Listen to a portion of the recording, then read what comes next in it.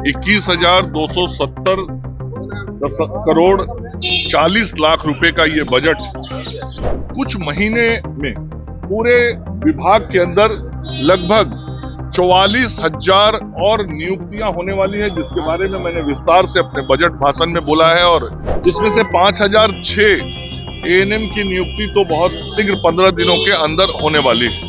यदि 21,000 करोड़ से ज्यादा का बजट उनको किताब मिल रहा है पढ़ने के लिए और उनको परसेंटेज की समझ नहीं आ रही है, तो नहीं बोलना चाहिए था। किसी ने बोल दिया मेंटल हेल्थ पे, किसी ने बोल दिया एईएस पे, तो मैंने उन सभी माननीय सदस्य को मैंने उन्हें आमंत्रण दिया है, मैं साथ में चलूंगा, मेरे साथ आप मेंटल हॉस्पिटल कोइलवर चलिए। नमस्कार, मेरा नाम आलोक है, आप लाइव चीज देख रहे हैं। आरजेडी के नेताओं को नसीहत तो दे ही रहे हैं। बिहार के स्वास्थ्य मंत्री मंगल पांडे कह रहे हैं कि चलिए मेरे साथ, आपको मेंटल हॉस्पिटल लिए चलते हैं। आरजेडी के विधायकों को ऐसा क्यों कह रहे हैं? देखिए, स्वास्थ्य विभाग का आज बजट पेश किया गया। बिहार विधानसभा में स्वास्थ्य मंत्री मंगल पांडे ने 8वीं बार बजट पेश किया है। मुख्यमंत्री नीतीश कुमार वहीं मौजूद थे और बड़ी बात उन्होंने कही है, 44,000 वैकेंसीज इस साल है। 5,000 लोगों को तो अगले 15 दिनों में ही नियुक्ति पत्र देने हैं। तो ये बड़ी बड़ी घोषणाएं मंगल पांडे, जो कि सूबे के स्वास्थ्य मंत्री हैं, उन्होंने की है। स्वास्थ्य विभाग का आज बजट पेश हुआ है। आरजेडी के नेताओं पर भी उन्होंने तंज कसते हुए क्या कहा है, हम आपको उनकी पूरी बात सुनाते हैं। 44,000 वैकेंसी सिर्फ स्वास्थ्य विभाग में इसी साल। आज माननीय मुख्यमंत्री श्री नीतीश कुमार जी के नेतृत्व में स्वास्थ्य विभाग के बजट को हमने सदन के बीच रखा। कुल 21,270 करोड़ 40 लाख रुपए का ये बजट सदन में मैंने प्रस्तुत किया, जिसे स्वीकृत किया गया। आज के इस बजट के माध्यम से मैंने सदन को और बिहार की जनता को ये बताया कि किस प्रकार से मुख्यमंत्री श्री नीतीश कुमार जी के नेतृत्व में विगत 2 दशकों में बिहार के स्वास्थ्य व्यवस्थाओं में बहुत ही गुणात्मक सुधार हुआ है। और आज कई ऐसे मानक हैं जिन मानकों पर बिहार देश में नंबर 1 पे है। बहुत सारे मानकों पे 2-3 पे है। मतलब अब बिहार की व्यवस्थाएं बदल गई। बिहार में जहां 2005 तक केवल 9 मेडिकल कॉलेज थे, आज 27 मेडिकल कॉलेज बिहार के अंदर हैं और अगले 3 वर्षों में इनकी संख्या बढ़ के 44 हो जाएगी। 7 निश्चय पार्ट 3 के तहत हम अस्पताल को और बेहतर बनाने के निर्णय के साथ आगे बढ़ रहे हैं। सभी जो हमारे प्रखंड स्तर के अस्पताल हैं, वहां उन अस्पतालों में आगे आने वाले वर्षों में विशेषज्ञों की सुविधाएं दी जाएंगी और सदर अस्पतालों में सुपर स्पेशलिटी की सुविधा लोगों को प्रदान की जाएगी। साथ ही अगले कुछ महीने में पूरे विभाग के अंदर लगभग 44,000 और नियुक्तियां होने वाली है, जिसके बारे में मैंने विस्तार से अपने बजट भाषण में बोला है और अपने बजट भाषण की पुस्तक में भी लिखा है। जिसमें से 5,006 एएनएम की नियुक्ति तो बहुत शीघ्र 15 दिनों के अंदर होने वाली है।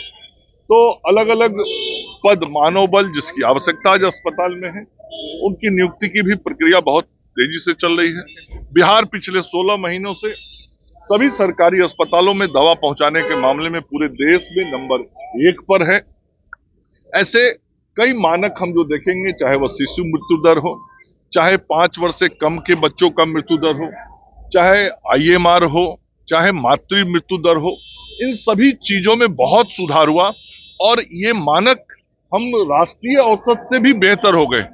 मतलब आईएमआर, एमएमआर, एनएमआर, ये सारे जो मानक हैं, इन मानकों में तो बिहार देश में नंबर 1 पे है। और इसी के साथ साथ मैंने बताया कि कैंसर से बचाव के लिए बहुत विशेष तरीके से हम सब लोग काम कर रहे हैं। हमने उसके लिए एक कैंसर के बचाव के व्यवस्था को बनाने के लिए बिहार में हमने कैंसर सोसाइटी बनाया है और उस कैंसर सोसाइटी के माध्यम से बिहार के सभी 38 जिले में कैंसर के मरीजों का तुरंत जांच हो, उसको प्रारंभिक ट्रीटमेंट दिया जाए और उसके अतिरिक्त एचपीवी का वैक्सीन जो सर्वाइकल कैंसर से बेटियों को बचाता है, वो काम आज बिहार कर रहा है, जो देश का इकलौता राज्य है। ऐसे बहुत सारे विषय जो जन स्वास्थ्य से जुड़े हैं उन सभी विषयों पे हम कैसे बेहतर काम करेंगे 26-27 में, वो आज मैंने सदन के अंदर रखा है।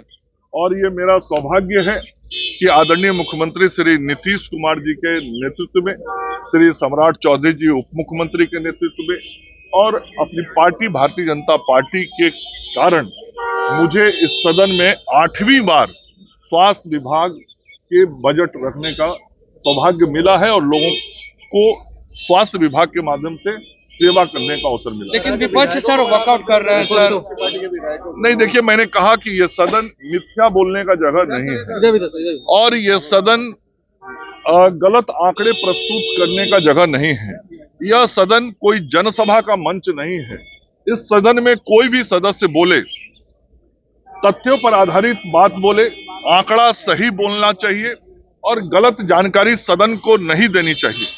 एक राजद के माननीय सदस्य ने कह दिया कि स्वास्थ्य विभाग का बजट कुल बजट का 1% है। अब इसका मतलब तो उनको गणित का भी ज्ञान नहीं है कि 3,47,000 करोड़ के बजट में यदि 21,000 करोड़ से ज्यादा का बजट उनको किताब मिल रहा है पढ़ने के लिए और उनको परसेंटेज की समझ नहीं आ रही है, तो नहीं बोलना चाहिए था।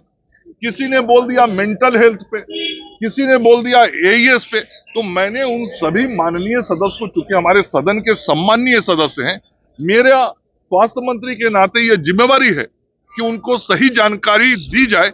मैंने उन्हें आमंत्रण दिया है, मैं साथ में चलूंगा। मेरे साथ आप मेंटल हॉस्पिटल कोइलवर चलिए, मैं साथ में चलूंगा।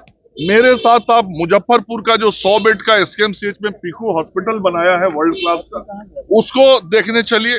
अभी 1-1.5 महीने के बाद देश का पहला 400 बेड का ऑर्थोपेडिक हॉस्पिटल पटना में खुलने वाला है, उसको भी दिखाने के लिए मैं माननीय सदस्य को ले जाऊंगा। तो मैंने विपक्ष के माननीय सदस्यों को इतना ही कहा कि यदि जानकारी समझदारी नहीं है तो आपको मैं सहयोग करने के लिए तैयार हूं। आप मेरे साथ उन संस्थानों का निरीक्षण करिए तो आप अद्यतन स्थिति से पूर्ण हो जाएंगे। तो मंगल पांडे सूबे के स्वास्थ्य मंत्री, उन्होंने क्या कुछ कहा, हमने उनकी पूरी बात आपको सुनवाई है।